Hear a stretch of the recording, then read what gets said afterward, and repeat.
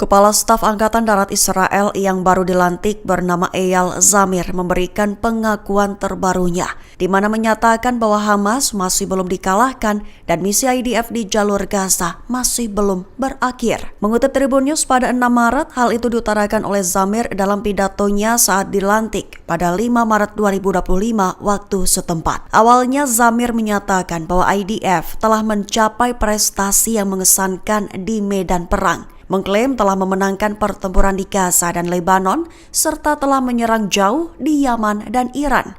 Namun Zamir juga menegaskan bahwa Hamas telah menerima pukulan berat tetapi belum dikalahkan, sehingga ia mengklaim bahwa misi IDF di jalur Gaza masih belum selesai.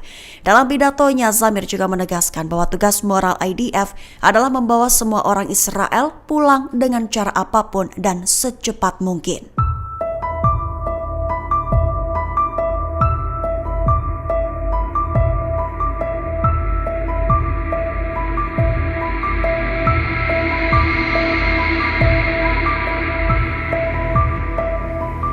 Hamas telah meluncurkan 1.000 roket ke zona militer IDF di Kfar Aza, Israel. Bahkan hasil penyelidikan menyimpulkan bahwa IDF gagal lantaran tak siap menghadapi serangan mendadak tersebut. Mengutip Tribun News pada 6 Maret, hal itu adalah hasil penyelidikan Israel terhadap serangan Hamas pada 7 Oktober 2023 silam.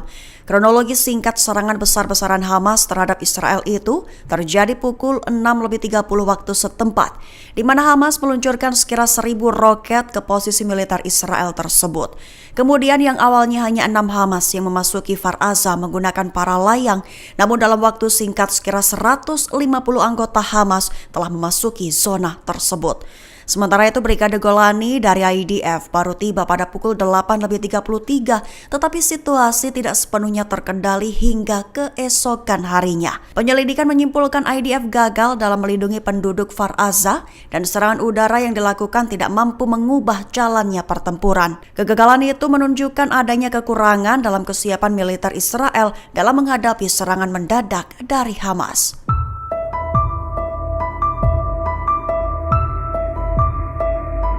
Amerika Serikat dan Hamas membenarkan adanya pertemuan rahasia antara keduanya di Qatar. Juru bicara Carol Levitt menegaskan bahwa pihak Israel telah diajak berkonsultasi terkait hal itu. Mengutip Tribun News pada 6 Maret, hal itu diumumkan oleh Carol Levitt dalam konferensi pers pada Rabu 5 Maret 2025. Lebih tepatnya, Amerika Serikat dan Hamas telah mengonfirmasi adanya pertemuan rahasia antara delegasi-delegasi mereka di Doha, Qatar dalam beberapa minggu terakhir.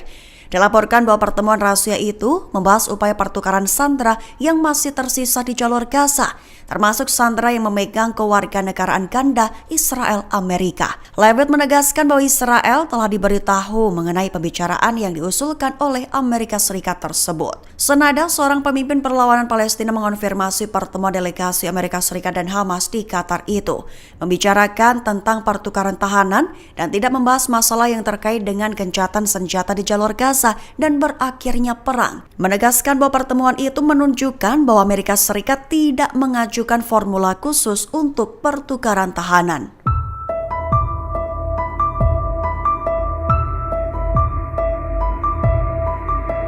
Presiden Amerika Serikat Donald Trump melontarkan ultimatum terakhirnya, meminta Hamas segera mengembalikan semua sandera yang dibawanya, juga menyinggung soal kata sakit. Mengutip Tribun News pada 6 Maret, hal itu diumumkan oleh Trump dalam postingannya di X pada 6 Maret 2025. Lebih tepatnya, Trump meminta agar Hamas segera dan secepatnya mengembalikan semua sandera, bahkan yang telah menjadi jasad. Menegaskan bahwa pihaknya akan kembali mengirimkan Israel dengan segala yang dibutuhkannya untuk menyelesaikan tugas itu. Mengklaim jika itu terjadi, tak ada satupun anggota Hamas yang akan aman jika ultimatumnya ini tak dijalankan. Menekankan bahwa ini adalah peringatan terakhir darinya. Trump menyebut Hamas adalah orang sakit, seraya digambarkan olehnya sebagai seseorang yang memiliki gangguan mental. Di akhir ultimatumnya, Trump menggarisbawahi agar Hamas mengambil keputusan yang cerdas, lantaran jika tidak, Trump mengultimatum akan terjadi neraka yang harus dibayar Hamas segera.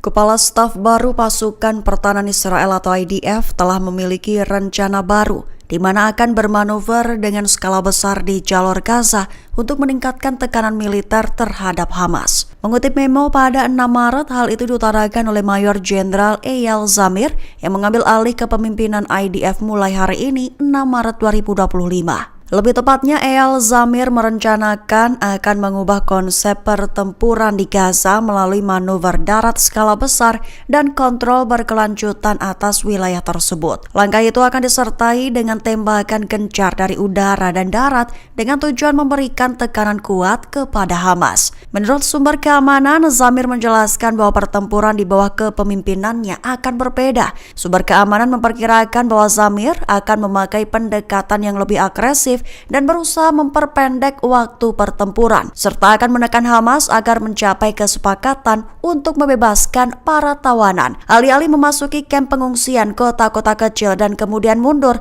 Zamir bermaksud untuk memiliki beberapa tim yang bekerja sama untuk menduduki dan menguasai wilayah secara berkelanjutan. Ketua Partai Demokrat di Israel Yair Golan melontarkan tuduhan kepada pemerintahan Benyamin Netanyahu. Tuduhan itu adalah pemerintahan Netanyahu telah menciptakan sentimen negatif terhadap Mesir. Mengutip memo pada 6 Maret, hal itu diutarakan oleh Yair Golan dalam pernyataannya pada situs web News One. Lebih tepatnya, Yair Golan mengklaim bahwa pemerintahan Netanyahu sibuk menciptakan sentimen negatif terhadap Mesir, tetapi menurutnya sudah tugas Partai Demokrat untuk mengatakan kebenaran. Di mana menurut Yair Golan, rencana yang diusulkan oleh Mesir setelah Perang Gaza adalah dasar yang tepat untuk memperkuat keamanan Israel di selatan. Namun kata Golan, beberapa klausul harus ditambahkan ke dalam rencana Mesir. Di antaranya, jalur Gaza pada akhirnya harus didemilitarisasi dan pihak yang dapat diandalkan selain Hamas harus ditunjuk untuk mengelola ketertiban umum di jalur Gaza. Serta pasukan pengamat multinasional harus ditempatkan di Sinai di sepanjang perbatasan antara Mesir dan jalur Gaza, juga sebagai tokoh yang mengelola penyeberangan Rafah. Selain itu, tentara Israel dimintanya harus terus bisa menikmati kebebasan operasional absolut terhadap organisasi bersenjata manapun yang bekerja melawan mereka.